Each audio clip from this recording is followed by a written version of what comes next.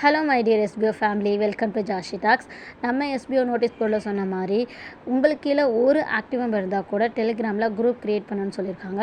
So அதை எப்படி பண்ணணும்னு வாங்க பார்க்கலாம். உங்களுடைய டெலிகிராம் ஆப் எடுத்துக்கோங்க. அதில் மேலே இருக்கிற இந்த 3 டாட்டை கிளிக் பண்ணிங்கன்னா ரெண்டாவதாக நியூ குரூப்னு ஒரு ஆப்ஷன் இருக்கும். அந்த ஆப்ஷனை கிளிக் பண்ணிக்கோங்க. அங்கே உங்களுடைய கான்டாக்ட்ஸ் எல்லாம் வரும். உங்களுடைய ஆக்டிவான மெம்பர் ஒருத்தங்களை நீங்கள் ஜாயின் பண்ணதும் உங்களுக்குன்னு ஒரு குரூப் க்ரியேட் ஆயிரும். அந்த குரூப்பில் கூட சில செட்டிங்ஸ் பண்ண வேண்டியிருக்கும். அங்கே உங்களுடைய நேம் கிளிக் பண்ணுங்கள். மேலே பென்சில் மாதிரி இந்த ஆப்ஷன் இருக்கு இல்லையா, அதை கிளிக் பண்ணுங்கள். இங்கே உங்களுடைய நேம் எப்படி இருக்கணும் அப்படின்னா உங்களுடைய நேமு, அப்புறம் எஸ்பிஓ ஐடி, அதுக்கப்புறம் உங்களுடைய ஊரோட பின்கோடு இருக்கணும்.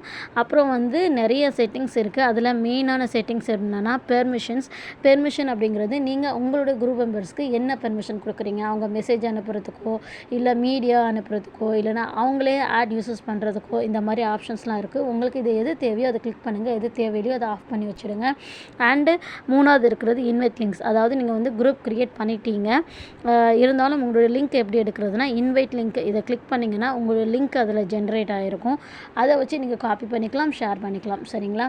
ஸோ இந்த செட்டிங்ஸ் எல்லாம் கரெக்டாக பண்ணிடுங்க. ரொம்ப சிம்பிள். உங்களுக்குன்னு ஒரு குரூப் க்ரியேட் பண்ணி உங்களுடைய எஸ்பிஓ மெம்பர்ஸை ஆக்டிவாக வச்சுக்கோங்க. ஸோ இதுதான் சார் நோட்டீஸ் போர்டில் சொன்னது. கரெக்டாக ஃபாலோ பண்ணுங்கள். தேங்க்யூ.